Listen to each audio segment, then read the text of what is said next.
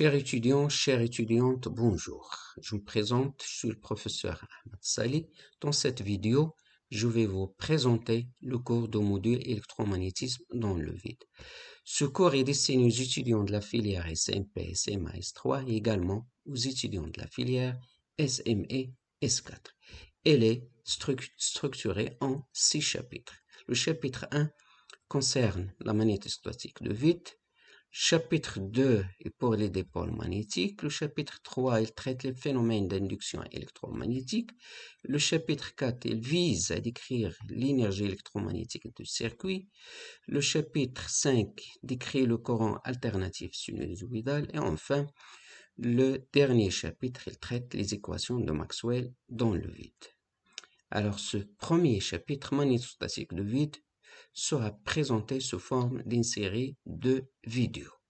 Dans la première séance de ce cours, on va essayer, dans un premier temps, de donner des définitions, de présenter les expériences qui permettent alors d'expliquer la production d'un champ magnétique à partir d'un courant électrique, alors de présenter ou de parler des sources de champs magnétiques, des propriétés de Zeeman, d'action d'un champ magnétique sur le mouvement des charges électriques, d'écrire la force de Lorentz et de présenter les règles qui permettent la détermination du sens de la force magnétique.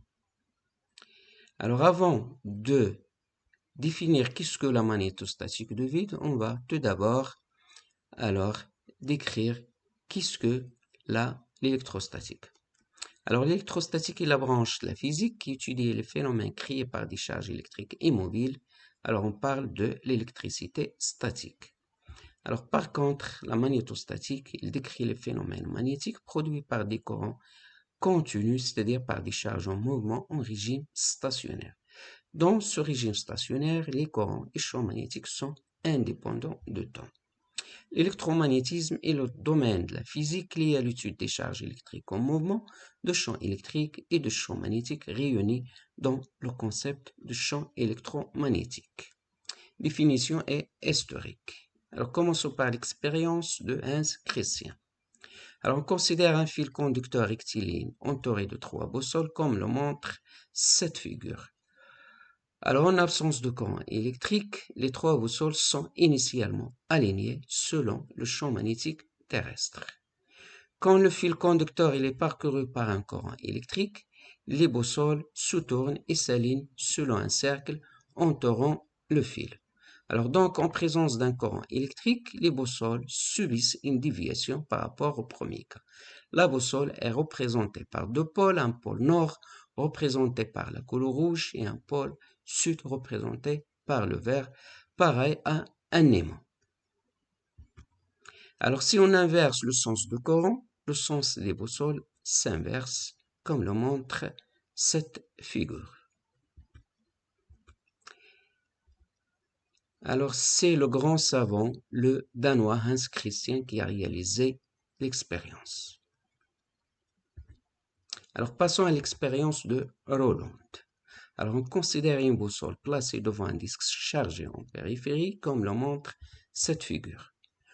En l'absence de toute rotation, la boussole est alignée selon les lignes de champ magnétique terrestre.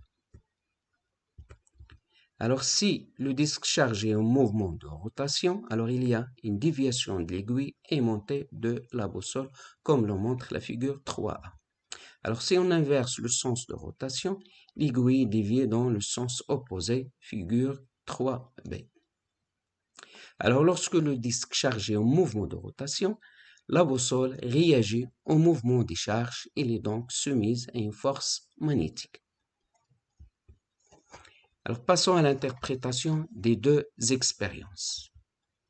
Alors pour les 2 expériences, le fil et le disque chargé en rotation produisent le même effet, déviation de l'aiguille aimantée, alors ce qui engendre des conséquences. Alors première conséquence, alors le courant électrique est lié à un déplacement de charge électrique. Alors on peut dire que le déplacement des charges électriques alors produit un courant électrique.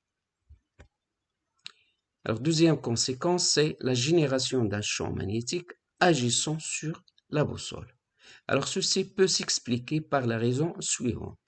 Lorsque la boussole est déviée, elle est donc soumise à un champ magnétique. Ce champ magnétique est à l'origine d'un courant électrique ou de mouvement des charges électriques.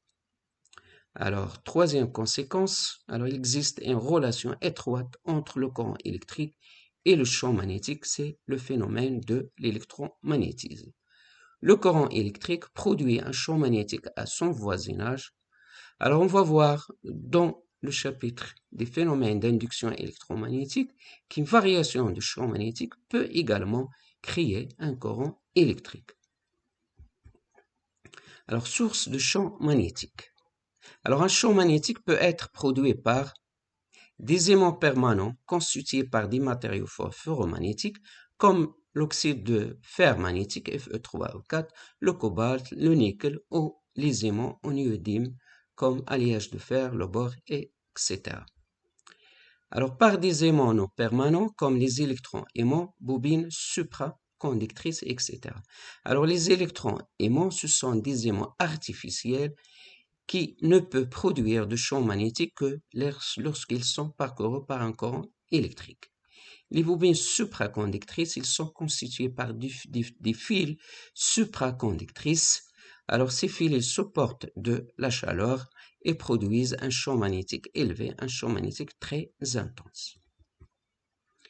Alors également, un champ magnétique, alors il peut être produit par une charge en mouvement et par un courant électrique, comme ils l'ont montré les deux expériences précédentes. Alors, propriété des aimants. Alors, comme une charge Q produit un champ électrique à sa proximité, un aimant peut produire également un champ magnétique à son voisinage. Alors, il existe différents types d'aimants.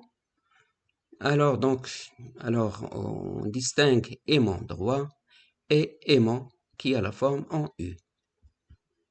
Alors, un aimant possède toujours un pôle nord et un autre sud, même s'il est brisé en 2 au plus.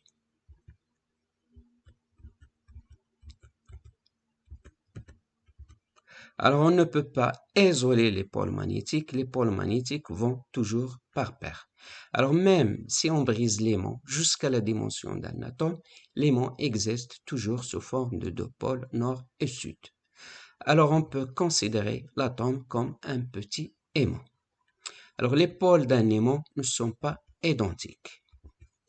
Alors, 2 pôles de même nature différente s'attirent. Par contre, 2 pôles de même nature repoussent. Propriété des aimants.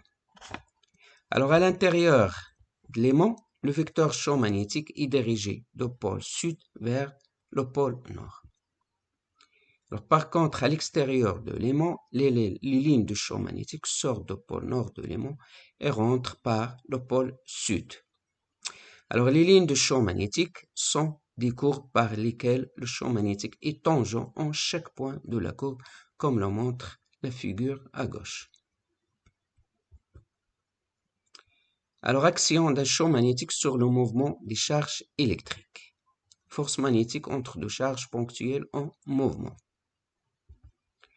Alors, entre deux particules 1 de charge Q1 de vitesse V1 et la particule 2 de charge Q2 de vitesse V2 qui sont en mouvement, la force magnétique exercée par la charge 1 sur la charge 2 est F12 égale à Q2 V2 produit vectoriel B1. Où B1 est le champ magnétique ou l'induction magnétique créée par la charge Q1 animée de vitesse V1 sur la charge Q2. Alors, la détermination de sens de la force magnétique et du champ magnétique vous seront données par la suite.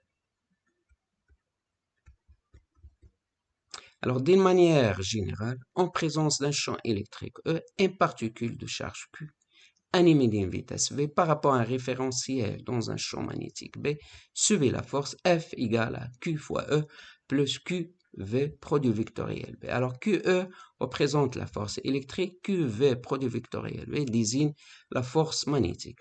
Alors, la somme des deux forces représente la force de Lorentz. Alors cette force prend le nom de physicien néerlandais Hendrik Anton Lorentz. Alors passons aux propriétés de la force de Lorentz.